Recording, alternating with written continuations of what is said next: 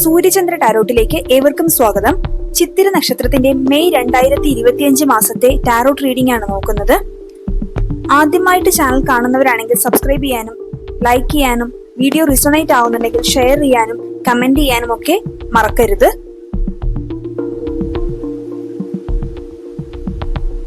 ചിത്തിര നക്ഷത്ര ജാതകരോട് മെയ് മാസം ടാരോട്ട് കാർഡുകൾക്ക് എന്താണ് ഗൈഡൻസ് മെസ്സേജ് ആയിട്ട്, പ്രപഞ്ചശക്തിയുടെ മെസ്സേജ് ആയിട്ട് പറയാനുള്ളതെന്ന് നമുക്ക് നോക്കാം.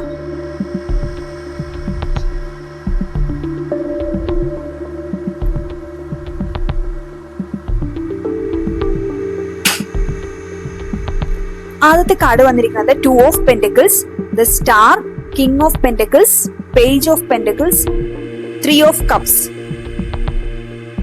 ഇവിടെ ഈ മാസം മെയിനായിട്ട് പെന്റക്കിൾസ്, അതായത് പെന്റക്കിൾസ് എനർജി ആണ് വന്നിരിക്കുന്നത്. അതായത് ധനപരമായൊക്കെ വളരെ പ്രധാനപ്പെട്ട ഒരു മാസമാണിത്.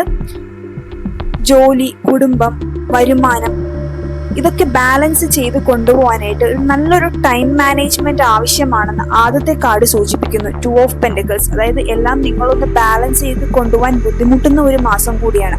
അപ്പോൾ അവിടെ കറക്റ്റ് ആയിട്ടുള്ള ഒരു കോർഡിനേഷൻ, ഫ്ലെക്സിബിലിറ്റി, ഫോക്കസ് ഒക്കെ ഉണ്ടെങ്കിൽ നിങ്ങൾക്ക് അത് ഈസി ആയിട്ട് മാനേജ് ചെയ്യാൻ പറ്റും. ഈ ഒരു മാസം എന്ന് പറയുന്നത് ധനപരമായി വരുമാനമൊക്കെ ഒരു കയറി ഇറങ്ങി കുറഞ്ഞും കൂടിയൊക്കെ ഇരിക്കുന്ന ഒരു സമയമാണ്. അപ്പോൾ നിങ്ങളുടെ വരവ് ചെലവ് കൺട്രോൾ ചെയ്യേണ്ട ഒരു മാസം കൂടിയാണ്. അതുപോലെ തന്നെ ജോലിക്ക് വേണ്ടി നമ്മൾ ഒരുപാട് അതിലേക്ക് ഫോക്കസ് ചെയ്യുമ്പോൾ നമ്മുടെ ഹെൽത്ത്, ആരോഗ്യം ഇതൊക്കെ നഷ്ടപ്പെടാതെയും അതിന് ഒരു ഏറ്റക്കുറച്ചിൽ വരാതെയും ഒക്കെ, അതായത് ജോലി, നിങ്ങളുടെ കുടുംബം, വരുമാനം എല്ലാം ഒരു ബാലൻസിൽ കൊണ്ടുപോകാൻ ശ്രമിക്കേണ്ട ഒരു മാസമാണ്. ഇവിടെ അടുത്ത കാർഡ് ദ സ്റ്റാർ കാർഡ് വരുമ്പോൾ അതൊരു പ്രതീക്ഷയുടെ ഒരു കാർഡാണ്. പ്രതീക്ഷയിലേക്ക് നയിക്കുന്ന ഒരു വെളിച്ചത്തിന്റെ കാർഡാണ്. നിങ്ങളുടെ സ്വപ്നങ്ങൾ യാഥാർത്ഥ്യമാകുന്നതിന്റെ ഒരു ചിഹ്നം കൂടിയാണ്.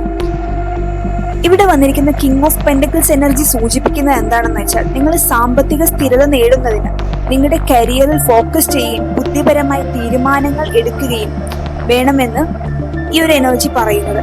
ബിസിനസ് ഒക്കെ ചെയ്യുന്നവരാണെങ്കിൽ അവിടെ ഒരു നല്ല ഒരു ഓർഗനൈസേഷണൽ സ്ട്രക്ചർ, ഒരു ഡിസിപ്ലിൻഡ് ആയിട്ടുള്ള ഒരു ഓർഗനൈസേഷണൽ സ്ട്രക്ചർ, സ്മാർട്ട് ആയിട്ടുള്ള തീരുമാനങ്ങൾ ഒക്കെ നിങ്ങളുടെ സക്സസിന് ആവശ്യമാണെന്ന് ഈ കാർഡ് സൂചിപ്പിക്കുന്നു. ഈ ഒരു മാസം പുതിയൊരു പ്രോജക്റ്റ്, ജോബ് അല്ലെങ്കിൽ വിദ്യാഭ്യാസപരമായി പുതിയ കോഴ്സുകൾ ഒക്കെ തുടങ്ങുന്ന ഒരു മാസമാണ്. നിങ്ങൾ തിരഞ്ഞെടുക്കുന്ന മേഖലയിൽ റിസ്ക് എടുക്കാൻ തയ്യാറാവുക, ക്യൂരിയോസ് ആയി പഠിക്കുക, കമ്മിറ്റഡ് ആവുക എന്ന് പേജ് ഓഫ് പെന്റക്കിൾസ് എനർജി സൂചിപ്പിക്കുന്നു. ഇവിടെ പ്രപഞ്ചശക്തിയുടെ ഗൈഡൻസ് മെസ്സേജ് ആയി വന്നിരിക്കുന്നത് 3 ഓഫ് കപ്സ് ആണ്. അപ്പോൾ ഈ മാസം നിങ്ങൾക്ക് ഇപ്പൊ പരീക്ഷയൊക്കെ എഴുതിയിട്ട് റിസൾട്ട് ഒക്കെ വെയിറ്റ് ചെയ്യുന്നവരാണെങ്കിൽ അതിലേക്ക് ഒരു വിജയിക്കാനുള്ള